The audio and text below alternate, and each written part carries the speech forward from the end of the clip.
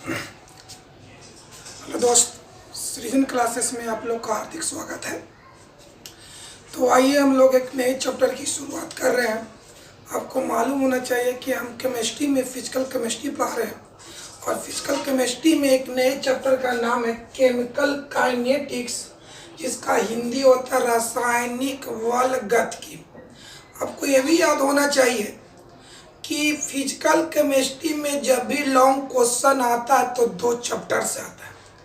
एक पहला चैप्टर का नाम है सॉल्यूशन, जिसको हिंदी में कहते हैं विलयन, और दूसरा चैप्टर है केमिकल काइनेटिक्स, जिसको हिंदी में कहते हैं बल गतिकी। यही दो चैप्टर से आपको लॉन्ग आता है। अगर आप ये दोनों चैप्टर को अच्छी तरह से तैयारी कर लेते हैं तो एग्जाम में हमको लॉन्ग 3 गो बनाना है। अगर 2 चैप्टर तैयारी कर ली तो 2 गो लॉन्ग तो आपको क्लियर हो गया। अब एक तीसरा लॉन्ग बनाने के लिए चाहते हैं ऑर्गेनिक से बना दीजिए या इनऑर्गेनिक से। तो आइए, ये आपका एग्जाम व्यू से बहुत इम्पोर्टेंट चैप्टर है। इससे एगो 5 नंबर फिक्स है और एगो ऑब्जेक्टिव फिक्स है। इस चैप्टर से आप अधिक से अधिक माने कम से कम 6 नंबर आप दे सकते हैं। तो चलिए इस चैप्टर को हम शुरुआत करते हैं, अच्छी तरह से समझते हैं। तो पहले ये बताइए कि केमिकल काइनेटिक्स यानी रासायनिक बल गतिकी कौन सी केमिस्ट्री में पढ़ना है? फिजिकल केमिस्ट्री में पढ़ना है। ये चैप्टर कौन सी केमिस्ट्री में पढ़ना है? फिजिकल केमिस्ट्री, जिसको हिंदी में हम कहते हैं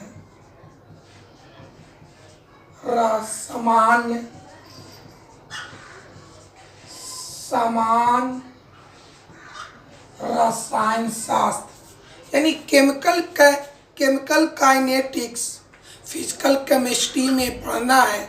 यानी इस आधार पर हम बोल सकते हैं कि केमिकल काइनेटिक्स फिजिकल केमिस्ट्री का एक छोटा सा भाग है, एक छोटा सा खंड है, एक छोटा सा ब्रांच है। एक बार समझा जाए, केमिकल काइनेटिक्स यानी रासायनिक बल गतिकी फिजिकल केमिस्ट्री का एक छोटा सा टुकड़ा है, एक छोटा सा पार्ट है, एक छोटा सा ब्रांच है। अब सवाल उठता है कि इस पार्ट में, इस ब्रांच में हम लोग किस चीज़ की जानकारी प्राप्त करते हैं, किस चीज़ की स्टडी करते हैं। तो आपको एक टॉपिक का, एक शब्द का नाम सुने होंगे, केमिकल रिएक्शन। केमिकल रिएक्शन, जिसको हिंदी में हम लोग कहते हैं रासायनिक अभिक्रिया। रासायनिक अभिक्रिया, अपने जीवन में बहुत से रासायनिक अभिक्रिया का उदाहरण पड़े होंगे। तो हर अभिक्रिया का, हर रिएक्शन का अपनी गति होती है। इसकी गति, पहला पॉइंट गति, दूसरा प्रभाव डालने वाला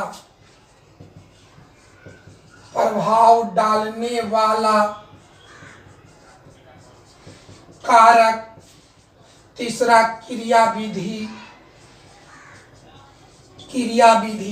यानी रासायनिक अभिक्रिया की गति क्या होती है, स्लो है कि फास्ट है कि मीडियम है, इस अभिक्रिया पर प्रभाव डालने वाला कौन कौन चीज है, इसकी क्रिया विधि क्या है, ये सारी चीज की स्टडी, ये सारी चीज की अध्ययन क्या चीज?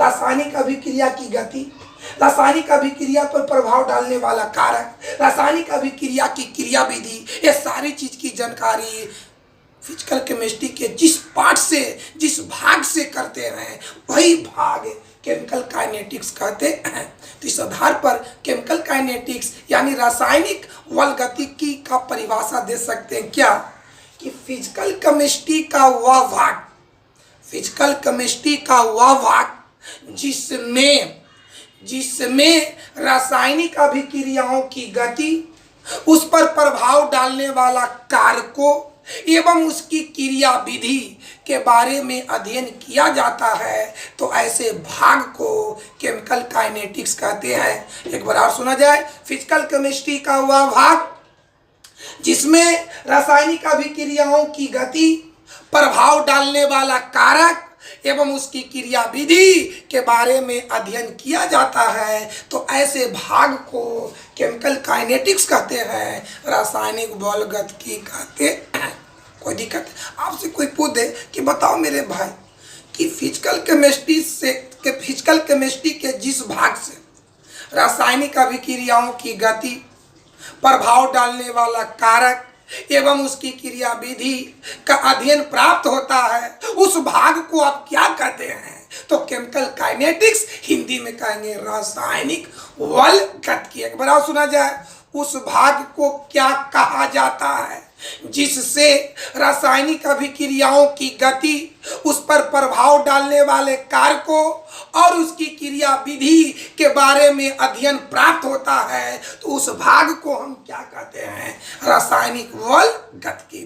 अब आइए इसी बात को आगे बढ़ाते हैं।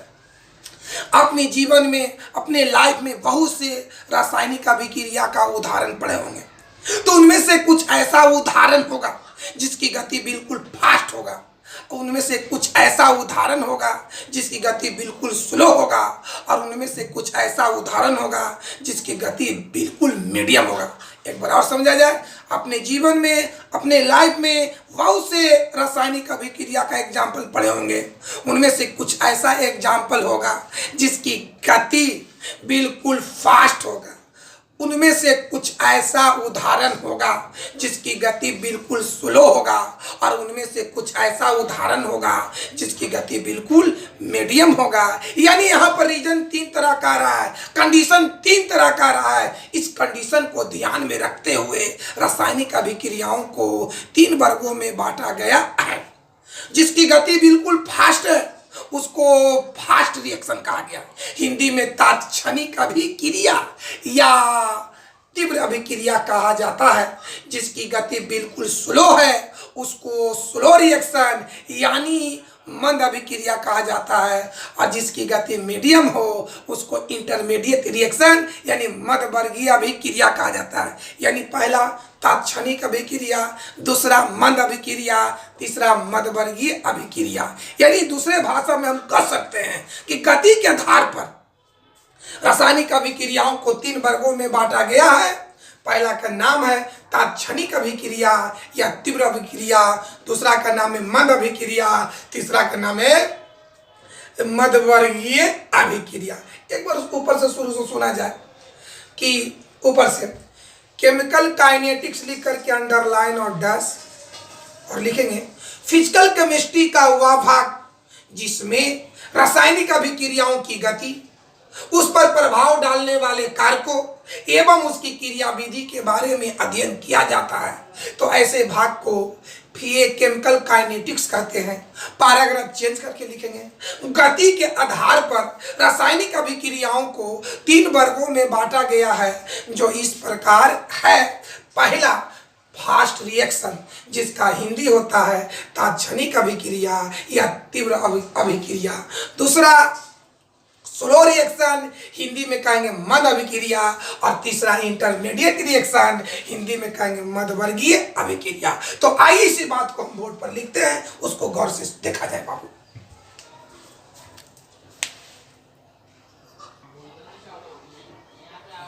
हाँ बाबू, तो देखिए छोटू वही बाबू, देखो यहाँ पहले जो हम बोर्ड पर लिखे हैं उसी को जो हम आपको याद कराए उसी को बोर्ड पर लिखे हैं।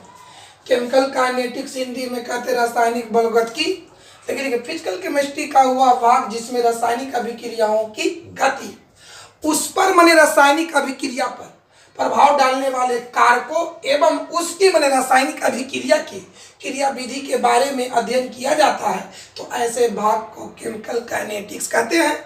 गति के आधार पर रासायनिक अभिक्रियाओं को 3 वर्गों में बांटा गया है, जो इस प्रकार है।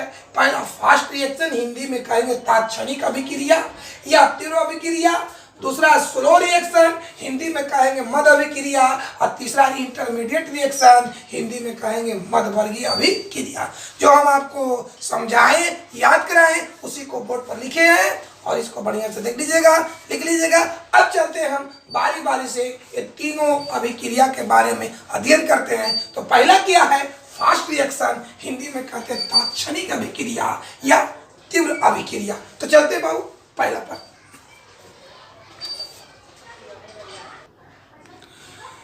हाँ बाबू, फास्ट रिएक्शन जिसका हिंदी होता है तात्क्षणिक अभिक्रिया या तीव्र अभिक्रिया। अब आइए समझिए, बढ़िया से समझिएगा। तात्क्षणिक बना है क्षण, क्षण क्षण से, तात्क्षणिक बना है क्षण से, क्षण भर को क्षण कहिए, क्षण भर कहिए। तात्क्षणिक बना है क्षण शब्द से, क्षण को ही कहते क्षण भर, क्षण भर न कहकर पलक भर, पलक भर। यानी जो अभिक्रिया क्षण भर में, पल भर में संपन्न हो जाती है उसी को तात्क्षणिक अभिक्रिया कहते हैं। इससे अर्थ हुआ तात्क्षणिक बना है क्षण से, माने क्षण भर, क्षण भर न कह करके पल भर, माने ऐसा अभिक्रिया, ऐसा रिएक्शन जो क्षण भर में, जो पल भर में संपन्न हो जाता है। बात समझ में? क्षण भर को ही कहते पल भर, पल भर। यानी ऐसा अभिक्रिया, ऐसा रिएक्शन जो क्षण भर में, यू मिनट में, एकदम शीघ्र ही संपन्न हो जाती है, उसी को तात्क्षणिक अभिक्रिया कहते हैं। ये तो अर्थ से हुआ।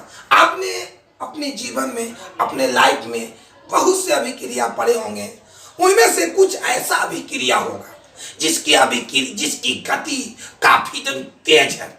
कुछ ऐसे अभिक्रिया होंगे जिसकी गति काफी तेज होगा, जिसका मुआयना करना, जिसको आकलन करना, जिसको अनुमान लगाना प्रयोगशाला में भी संभव नहीं हो पाता है, तो उसी अभिक्रिया को तात्क्षणिक अभिक्रिया कहते हैं। एक बार इस पर समझा जाए। तात्क्षणिक बना है क्षण भर या पल भर, यानी ऐसा अभिक्रिया जो क्षण भर में या पल भर में संपन्न हो जाती है, वही तात्क्षणिक अभिक्रिया कहते हैं। इसी को किताबी भाषा में कहेंगे कि वैसा रासायनिक अभिक्रिया, वैसा केमिकल रिएक्शन जिसकी गति इतनी तेज हो, इतनी तेज हो, इतनी फास्ट हो कि उसको प्रयोगशाला में भी आकलन नहीं किया जा सकता है, तो ऐसे अभिक्रिया को तात्क्षणिक अभिक्रिया या तीव्र अभिक्रिया कहते हैं। एटम बम का फटना तात्क्षणिक अभिक्रिया का उदाहरण है। मैग्नीशियम के फीता का जलना तात्क्षणिक अभिक्रिया का उदाहरण है। NaCl HgNO3 के बीच होने वाला अभिक्रिया तात्क्षणिक अभिक्रिया का उदाहरण है। HCl एवं NaOH के बीच होने वाला अभिक्रिया तात्क्षणिक अभिक्रिया का उदाहरण है। अगर एग्जाम में आ जाए तात्क्षणिक अभिक्रिया क्या है, उदाहरण के साथ लिखें, या तात्क्षणिक अभिक्रिया की व्याख्या करें, या तात्क्षणिक अभिक्रिया को अपने शब्दों में वर्णन करें, तो क्या लिखेंगे कि जिस रासायनिक अभिक्रिया की गति इतनी तेज हो कि उसका आकलन करना प्रयोगशाला में भी संभव नहीं होता है, तो ऐसे अभिक्रिया को तात्क्षणिक अभिक्रिया कहते हैं, जिसको तीव्र अभिक्रिया भी कहा जाता है। एटम बम का फटना, मैग्नीशियम के फीता का जलना, तीसरा NaCl और HgNO3 के बीच होने वाला अभिक्रिया, चौथा HCl एवं NaOH के बीच होने वाला अभिक्रिया, ये सभी तात्क्षणिक अभिक्रिया का उदाहरण है। आपसे कोई पूछेगा तात्क्षणिक अभिक्रिया का एक उदाहरण दो, तो एटम बम का फटना। एटम बम का फटना किसका उदाहरण है? तो तात्क्षणिक अभिक्रिया का उदाहरण है। कोई पूछेगा HCl और NaOH के बीच होने वाला अभिक्रिया किसका उदाहरण है? तो तात्क्षणिक अभिक्रिया का उदाहरण है। समझ में आया बाबू? यानी हमारे कहने का मतलब ठेठ भाषा में कि जो अभिक्रिया शीघ्र ही, तुरंत, एकदम जस्ट संपन्न हो जाती है, उसी को तात्क्षणिक अभिक्रिया कहते हैं। तो आइए इसी बात को हम बोर्ड पर लिखते हैं बाबू। हाँ दोस्त बाबू, मेरे भाई, देखिए जो अभी तात्क्षणिक अभिक्रिया के बारे में समझाए उसी को बोर्ड पर लिखे। एक नजर देखिए। जिस रासायनिक अभिक्रिया की गति इतनी तेज हो ताकि उसका आकलन करना प्रयोगशाला में भी संभव नहीं होता है, तो ऐसे रासायनिक अभिक्रिया को तात्क्षणिक अभिक्रिया कहते हैं, जिसको तीव्र अभिक्रिया भी कहा जाता है। एटम बम का फटना, मैग्नीशियम के फीता का जलना, NaCl एवं HgNO3 के बीच होने वाला अभिक्रिया, HCl एवं NaOH के बीच होने वाला अभिक्रिया, ये सभी तात्क्षणिक अभिक्रिया का उदाहरण है। अगर आपसे कोई पूछे कि उस अभिक्रिया को क्या कहते हैं जिसकी जिसकी गति इतनी तेज हो, इतनी अधिक हो कि वो प्रयोगशाला में आकलन करना भी संभव नहीं है। तो उसका नाम क्या दोगे? तात्क्षणिक अभिक्रिया या तीव्र अभिक्रिया। एटम बम का फटना किसका उदाहरण है? तात्क्षणिक अभिक्रिया का उदाहरण है। मैग्नीशियम के फीता का जलना किसका उदाहरण है? तात्क्षणिक अभिक्रिया का उदाहरण है। एक तीव्र अभिक्रिया का उदाहरण दे तो एटम बम का फटना। फिर बोलेगा NaCl एवं HgNO3 के बीच होने वाला अभिक्रिया किसका उदाहरण है? तात्क्षणिक अभिक्रिया का उदाहरण है। तो ये था आपका तात्क्षणिक अभिक्रिया। अब आइए दूसरा पॉइंट क्या है? स्लो रिएक्शन मतलब मंद अभिक्रिया। तो उस पर गौर करते हैं मेरे बाबू, चलते हैं।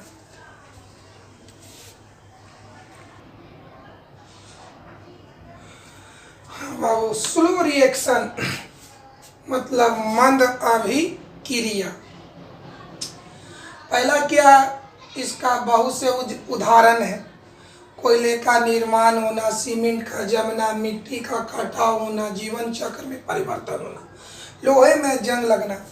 आपने जीवन में बहुत से एग्जाम रासायनिक अभिक्रिया का उदाहरण सुने होंगे। उनमें से कुछ ऐसे अभिक्रिया होंगे जिसको संपन्न होने में, जिसको पूर्ण होने में कई महीना, वर्ष यानी दशक, बहुत दिन लग जाते होंगे। यानी उसकी गति, बात को समझो कि रासायनिक अभिक्रियाओं में कुछ ऐसा उदाहरण होंगे जिसको पूरा होने में कई दिन, कई महीना, कई वर्ष लग जाते हैं। यानी उसकी गति इतनी कम है, इतनी कम है कि उसका आकलन प्रयोगशाला में भी नहीं किया जा सकता है। तो ऐसे अभिक्रिया को ही मंद अभिक्रिया कहते हैं। जैसे कोयला का निर्माण होना, आप लोग ज्योग्राफी में पढ़े होंगे कोयला की उत्पत्ति के बारे में कि भूगोल वेता का मानना है कि आज से लाखों बरस पहले किसी जगह भूकंप आया होगा और वहां पर जितने अगल बगल जीव जंतु वो जमीन के अंदर धंस गए होंगे और ये धंसे हुए पदार्थ धीरे धीरे धीरे धीरे काले रंग के पदार्थ में कन्वर्ट हो गया होगा, जिसको आज हम लोग खोद खोद कर कोयला के रूप में प्राप्त करें। तो बताइए लाख वर्ष के पहले धंसा और आज वो बना है कोयला। बताइए उसकी गति कितना होगा? इतनी कम कि उसको कोई गिनीज बुक में भी, कोई बुक में भी नहीं होगा ए लिखा हुआ कि कोयला बनने की गति इतना।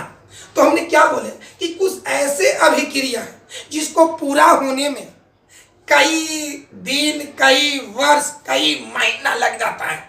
यानी उसकी गति इतनी कम है कि जिसका आकलन प्रयोगशाला में भी नहीं किया जा सकता है। तो ऐसे अभिक्रिया को ही मंद अभिक्रिया कहते हैं। कोयला का निर्माण होना मंद अभिक्रिया का उदाहरण है। सीमेंट का जमना मंद अभिक्रिया का उदाहरण है। मिट्टी का कटाव होना मंद अभिक्रिया का उदाहरण है। जीवन चक्र में यानी हमारे जीवन में परिवर्तन होना मंद अभिक्रिया का उदाहरण है। लोहा में जंग लगना मंद अभिक्रिया का उदाहरण है। तो इसको हम कैसे लिखेंगे? जिस अभिक्रियाओं की गति इतनी कम हो, इतनी धीमी हो कि उसका आकलन प्रयोगशाला में भी नहीं किया जा सकता है, तो ऐसे अभिक्रिया को मंद अभिक्रिया कहते हैं। कोयले का निर्माण होना मंद अभिक्रिया का उदाहरण है। सीमेंट का जमना मंद अभिक्रिया का उदाहरण है। मिट्टी का कटाव होना मंद अभिक्रिया का उदाहरण है। जीवन चक्र में परिवर्तन होना मंद अभिक्रिया का उदाहरण है। लोहे में जंग लगना मंद अभिक्रिया का उदाहरण है। एक पूछता है लोहे में जंग लगना किसका उदाहरण है? मंद अभिक्रिया का उदाहरण है। कोयले का निर्माण होना मंद, मंद में ही मंद में अति मंद, मन तो है, मन से भी मंद, इसको हम कह सकते हैं अति मंद। बात समझ में आ गई है? तो दो बात याद करें, ये तो मंद का ही है, मंद में भी वो और मंद है जिसका नाम है अति मंद। तो अति मंद अभिक्रिया का उदाहरण कोयले का निर्माण होना, ये दो बात टॉपिक में याद करेंगे। लोहे में जंग लगना जब मंद अभिक्रिया का उदाहरण है। और कोयले का निर्माण मंद, तो मंद में कौन मंद? तो अति मंद। कोई दिक्कत है तो नोट में हम लिखेंगे लोहे में जंग लगना मंद अभिक्रिया का उदाहरण है, जबकि कोयले का निर्माण होना अति मंद अभिक्रिया का उदाहरण है। बात समझ में आ गया?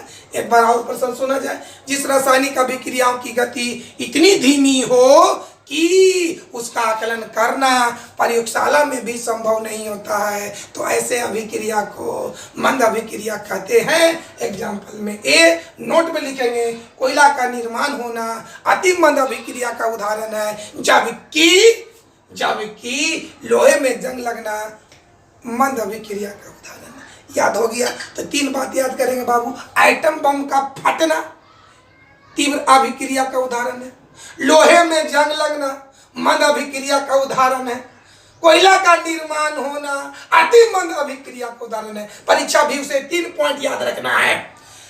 को बताए 3 पॉइंट। एटम बम का फटना तीव्र अभिक्रिया का उदाहरण, लोहे में जंग लगना मंद अभिक्रिया का उदाहरण, कोयला का निर्माण होना अति मंद अभिक्रिया का उदाहरण। ये 3 पॉइंट याद रखिएगा परीक्षा भी उसे। आइए इसी बात को हम लिखते हैं।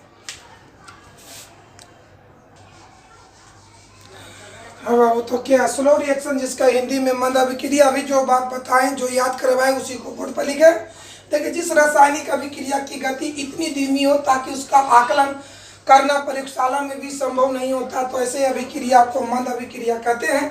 कोयले का निर्माण होना मंद अभिक्रिया का उदाहरण है, लोहे में जंग लगना मंद अभिक्रिया का उदाहरण है, मिट्टी का कटाव होना मंद अभिक्रिया का उदाहरण है, सीमेंट का जमना मंद अभिक्रिया का उदाहरण है, जीवन चक्र में परिवर्तन होना मंद अभिक्रिया का उदाहरण है। यहाँ पर नोट में लोहे में जंग लगना मंद अभिक्रिया का उदाहरण है, कोयले का निर्माण होना मंद है, लेकिन मंद में अति मंद है, तो सबसे ज्यादा सूटेबल होगा अति मंद अभिक्रिया का उदाहरण है। तो आइए आगे टॉपिक पर हम गौर करते हैं, विचार करते हैं बाबू। चलिए,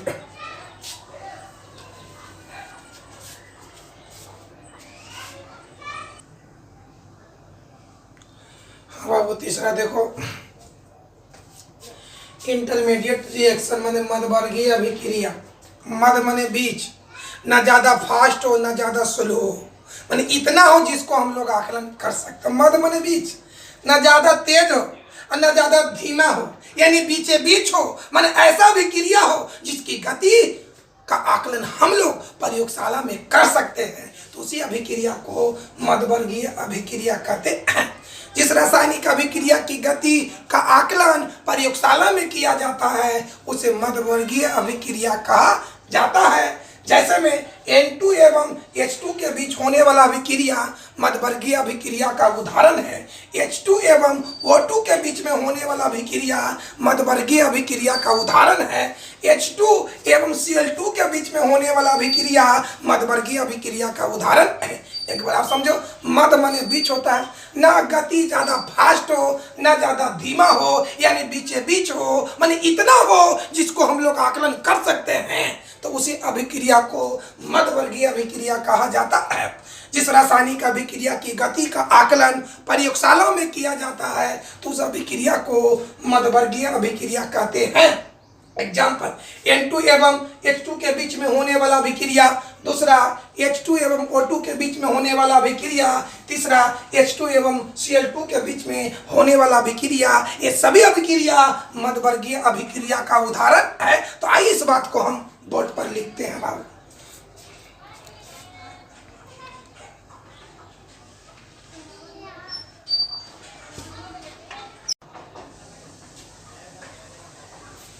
हाँ बाबू, जो अभी बात हम आपको पढ़ाएं उसी को बोर्ड पर लिखे हैं। इंटरमीडिएट रिएक्शन जिसका हिंदी में मध्यवर्गीय अभिक्रिया, क्या लिखा? जिस रासायनिक अभिक्रिया की गति को प्रयोगशाला में आकलन किया जाता है उसे मध्यवर्गीय अभिक्रिया कहते हैं। एग्जाम्पल में देखिए, एग्जाम्पल में ये देखिए बाबू, पहला है N2 एवं H2 के बीच में होने वाला अभिक्रिया, दूसरा है H2 एवं O2 के बीच में होने वाला अभिक्रिया, तीसरा है H2 एवं Cl2 के बीच में होने वाला अभिक्रिया। तो जो बात हम आपको बताएं उसी बात को हम बोर्ड पर लिखें। आइए तो हम अगला टॉपिक पर हम विचार करते हैं।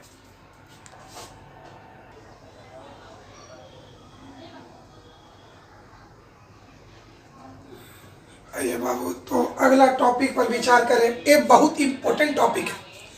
रेट ऑफ रिएक्शन, इसका कई नाम है। अभिक्रिया की दर, अभिक्रिया की दर न का क्या, अभिक्रिया की गति या अभिक्रिया का वेग या प्रतिक्रिया की दर या प्रतिक्रिया की गति या प्रतिक्रिया का वेग, 6 नाम है। अभिक्रिया की दर कहो या अभिक्रिया की गति कहो या अभिक्रिया का वेग कहो या प्रतिक्रिया की दर कहो या प्रतिक्रिया की गति कहो या प्रतिक्रिया का वेग कहो, ये 6 नाम है। एग्जाम में इसको कई बार पूछा है कि अभिक्रिया का गति क्या है, इसके मात्रक को लिखें। तो आइए इस टॉपिक को समझने के लिए हम एक एग्जाम्पल लेते हैं, एक रासायनिक अभिक्रिया का एग्जाम्पल लेते हैं।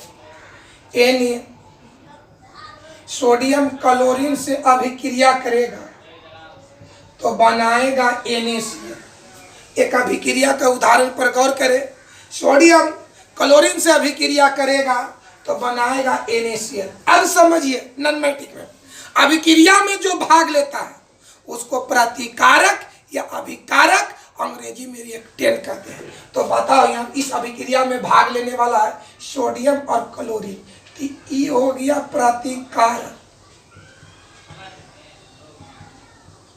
प्रतिकारक न का करके अभिकारक। और जो बनकर तैयार होता है उसको प्रतिफल या उत्पाद, अंग्रेजी में कहेंगे प्रोडक्ट। प्रतिफल या उत्पाद, बात को समझा जाए। अभिक्रिया की दर को समझने के लिए हम एक रासायनिक अभिक्रिया का उदाहरण लिए, क्या Na+Cl2 एरो NaCl। अब बता, जो अभिक्रिया में भाग लेता है उसको प्रतिकारक या अभिकारक कहते हैं, और जो बनकर तैयार होता है उसको प्रतिफल या उत्पाद कहते हैं। अब एक बात समझो कि जब अभिक्रिया प्रारंभ होता है, जब अभिक्रिया स्टार्ट होता है, तब प्रतिकारक की सांद्रता धीरे धीरे घटता है और प्रतिफल की सांद्रता धीरे धीरे बढ़ता है। समझो, ये घटेगा और ये बढ़ेगा। फिर समझा जाए, जब अभिक्रिया स्टार्ट होता है, जब अभिक्रिया प्रारंभ होता है, तो प्रतिकारक की सांद्रता माने प्रतिकारक की मात्रा धीरे धीरे घटेगा, तो प्रतिफल की सांद्रता धीरे धीरे बढ़ेगा। यानी कह सकते हैं कि प्रतिकारक या प्रतिफल की सांद्रता में परिवर्तन होता है। क्या चीज? प्रतिकारक, प्रतिकारक या प्रतिफल की सांद्रता में परिवर्तन। परिवर्तन एक बार और समझा जाए। अभिक्रिया की दर को समझने के लिए एक हम अभी रासायनिक अभिक्रिया का उदाहरण लिए, जिसका नाम है Na+Cl2 फुल एरो NaCl। अभिक्रिया में जो भाग लेता है उसको कहते प्रतिकारक, और जो बनकर तैयार होता है उसको कहते प्रतिफल। जब अभिक्रिया स्टार्ट होता है तब प्रतिफल, प्रतिकारक की सांद्रता घटता है और प्रतिफल की सांद्रता बढ़ता है। एक घटता है, बढ़ता है, यानी दोनों की सांद्रता में परिवर्तन होता है। प्रतिकारक या प्रतिफल की सांद्रता में परिवर्तन होता है। तो मान लिया जाए कि प्रतिकारक या प्रतिफल की सांद्रता में परिवर्तन हुआ X। प्रतिकारक या प्रतिफल की सांद्रता में परिवर्तन हुआ X, यानी प्रतिकारक की सांद्रता में X कमी हो रहा है और प्रतिफल की सांद्रता में X वृद्धि हो रहा है। प्रतिकारक या प्रतिफल की सांद्रता में परिवर्तन कितना? X। इसी को दूसरा भाषा में हम कहेंगे रासायनिक अभिक्रिया के सांद्रण में परिवर्तन। प्रतिकारक या प्रतिफल की सांद्रता में परिवर्तन न कह करके ये दोनों पहलू रासायनिक अभिक्रिया का है, तो हम बोल सकते हैं रासायनिक अभिक्रिया के सांद्रता में परिवर्तन। क्या लिखेंगे? रासायनिक रासायनिक रासायनिक अभिक्रिया की सांद्रता में परिवर्तन कितना? X। फिर समझा जाए, प्रतिकारक या प्रतिफल की सांद्रता में परिवर्तन न लिख करके रासायनिक अभिक्रिया की सांद्रता में परिवर्तन x। बात को समझो, अगर सांद्रता में परिवर्तन x है, एक मतलब क्या हो गया कि प्रतिकारक की सांद्रता में x कमी हो रहा है और प्रतिफल की सांद्रता में x वृद्धि हो रहा है। अगर सांद्रता में परिवर्तन y है, एक मतलब क्या हो गया कि प्रतिकारक की सांद्रता y घट रहा है और प्रतिफल की सांद्रता में y बढ़ रहा है। अगर सांद्रता में परिवर्तन z है, एक मतलब हुआ कि प्रतिकारक की सांद्रता में z घट रहा है और प्रतिफल की सांद्रता में z बढ़ रहा है। अगर सांद्रता में परिवर्तन r है, एक मतलब हुआ कि प्रतिकारक की सांद्रता में r कमी हो रहा है और प्रतिफल की सांद्रता में r वृद्धि हो रहा है। मतलब अगर बोल दें सांद्रता में परिवर्तन r है, एक मतलब कि r घट रहा है और r बढ़ रहा है। बात समझ में आ गया? यानी यहाँ पर हम लिख सकते हैं सांद्रता में परिवर्तन x है, तो दुनिया का कोई भी काम करने में समय लगता है, टाइम लगता है। इस परिवर्तन को होने में लगा समय t है। क्या है बताइए? t। बताओ, लगा समय, t का मतलब होता है लगा समय, x का मतलब होता है सांद्रण में परिवर्तन। बताओ, यहाँ दो वर्ड है। x का मतलब सांद्रण में, सांद्रण माने सांद्रता, सांद्रण मतलब सांद्रता, x का मतलब सांद्रता में परिवर्तन और t का मतलब लगा समय। तो इतना भाषण से स्पष्ट यही हुआ कि t समय में यानी 30 सेकेंड में, 30 समय में या 30 सेकेंड में सांद्रण में परिवर्तन क्या है? x है। x बताओ, x का मतलब हुआ रासायनिक अभिक्रिया के सांद्रता में परिवर्तन। सांद्रता न कह करके, सांद्रता न कह करके सांद्रण भी कह सकते हैं। याद हुआ? सांद्रता न कह करके सांद्रण। एक बार और समझा जाए, एक बार और समझिए। देखिए बाबू, अभिक्रिया की दर को समझने के लिए एक रिएक्शन है। बताओ, Na+Cl2 एरो NaCl जो अभिक्रिया में भाग लेता है उसको प्रतिकारक, जो तैयार होता प्रतिफल। जब अभिक्रिया स्टार्ट होता, प्रारंभ होता है, तब प्रतिकारक की सांद्रता घटता है और प्रतिफल की सांद्रता बढ़ता है, यानी दोनों के सांद्रता में परिवर्तन होता है। तो यहाँ पर लिखे, मान लिया जाए कि प्रतिकारक या प्रतिफल की सांद्रता में परिवर्तन क्या है? x है। तो प्रतिकारक या प्रतिफल की सांद्रता में परिवर्तन ना लिख करके लिखेंगे रासायनिक अभिक्रिया के सांद्रता में परिवर्तन कितना? x।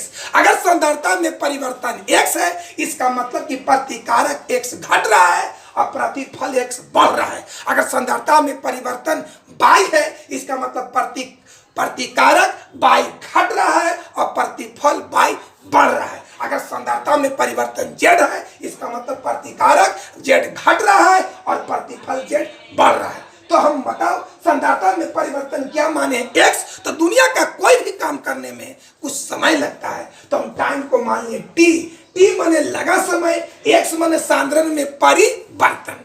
तो t समय में, इकाई समय में, बताओ t समय में सांद्रण में परिवर्तन कितना है? x आया।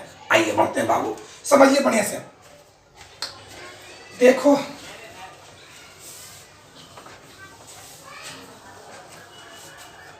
क्या सेंटेंस आया? इस समय में रासायनिक अभिक्रिया के सांद्रता में परिवर्तन, इस समय में रासायनिक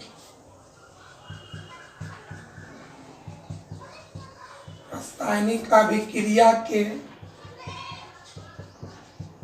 सांद्रता में परिवर्तन कितना? x।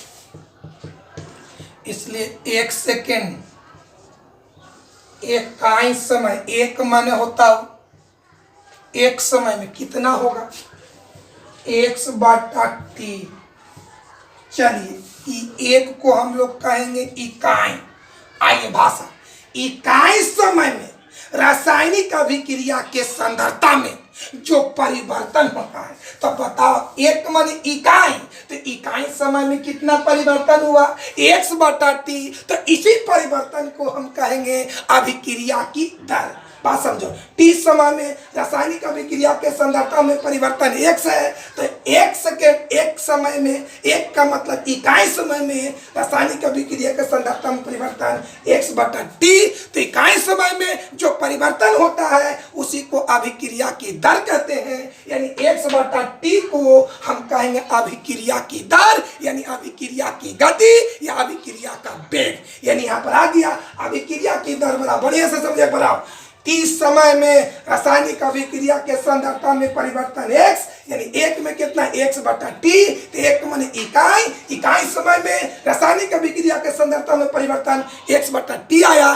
तो इसी परिवर्तन को हम क्या कहेंगे, अभिक्रिया की दर। परिभाषा क्या हुआ, इकाई समय में रासायनिक अभिक्रिया के सांद्रता में जो परिवर्तन होता है, इकाई समय में, इकाई समय में रासायनिक अभिक्रिया के सांद्रता में जो परिवर्तन होता है उसे अभिक्रिया की दर कहते हैं, जिसको अभिक्रिया की गति या अभिक्रिया का वेग या प्रतिक्रिया की दर या प्रतिक्रिया की गति या प्रतिक्रिया का वेग कहा जाता है। कोई दिक्कत है? आइए तो बताओ बाबू, यहाँ अभिक्रिया की दर हम किसको कह रहे हैं, x बटा टी पर, x बटा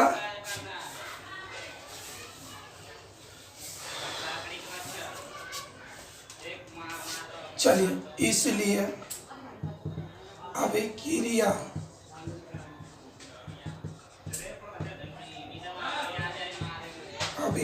की दर x बटा टी अभिक्रिया की दर बराबर, चलो x का मतलब सांद्रण, सांद्रण माने सांद्रता, सांद्रण का हो या सांद्रता की बात है। एक माने सांद्रण में परिवर्तन, सांद्रण में परिवर्तन, टी माने लगा समय, लगा समय, यही आपका फॉर्मूला हो गया। अभिक्रिया की दर बराबर सांद्रण में परिवर्तन बटा लगा समय, अभिक्रिया की दर बराबर सांद्रण में परिवर्तन बटा लगा समय। अब आइए इसकी मात्रक लिख रहे हैं, मात्रक माने इकाई। चलिए ऊपर क्या है, सांद्रण में परिवर्तन माने सांद्रण, सांद्रण माने सांद्रता, तो सांद्रता का मात्रक होता है मोल प्रति लीटर बटा लगा समय, समय का मात्रक होता सेकेंड। चलिए चला भाई लिखते हैं मोल प्रति लीटर, बहुआ सांद्रण का मात्रक मोल प्रति लीटर, लिखते मोल प्रति लीटर। चलिए सेकंड को ऊपर करिए तब -1 होगा, क्या पढ़िए, मोल प्रति लीटर प्रति सेकंड अभिक्रिया की दर का मात्रक हो गया। कोई बोलेगा अभिक्रिया की दर या अभिक्रिया की गति या अभिक्रिया का वेग का मात्रक बोलो तो मोल प्रति लीटर प्रति सेकंड। अब शुरू से आइए, अगर एग्जाम में आ जाए कि अभिक्रिया की गति क्या है, इसके मात्रक को लिखें तो इतना ही लिखना है, इकाई समय में रासायनिक अभिक्रिया के सांद्रता में जो परिवर्तन होता है उसे अभिक्रिया की दर कहते हैं, जिसको अभिक्रिया की गति या अभिक्रिया का वेग या प्रतिक्रिया की दर या प्रतिक्रिया की गति या प्रतिक्रिया का वेग भी कहा जाता है। इसका इकाई मोल प्रति लीटर प्रति सेकंड होता है, अर्थात अभिक्रिया की दर बराबर सांद्रण में परिवर्तन बटा लगा समय। तो आइए इसी बात को हम लिखते हैं। और बाबू जो अभी बात हम आपको समझाएं वही बात को लिखे हैं। अभिक्रिया की दर इकाई समय में रासायनिक अभिक्रिया के सांद्रता में जो परिवर्तन होता है उसे अभिक्रिया की दर कहते हैं, जिसको अभिक्रिया की गति या अभिक्रिया का वेग या प्रतिक्रिया की दर या प्रतिक्रिया की गति या प्रतिक्रिया का वेग भी कहा जाता है। इसका इकाई मोल प्रति लीटर प्रति सेकंड होता है, अर्थात अभिक्रिया की दर बराबर सांद्रण में परिवर्तन बटा लगा समय। ये था आज की क्लास का थी। और बार बार बोल रहे मेरे मोबाइल में कुछ फॉल्ट हो गया जिसके कारण सही से वीडियो नहीं बन पा रहा और कल आपका लीजर भी हो गया था, तो एक 2 दिन आपको कुछ प्रॉब्लम होगा मोबाइल में या कभी कभी वीडियो नहीं जा पाएगा, इसके लिए बहुत सॉरी है। तो आज की क्लास को हम समाप्त करते हैं।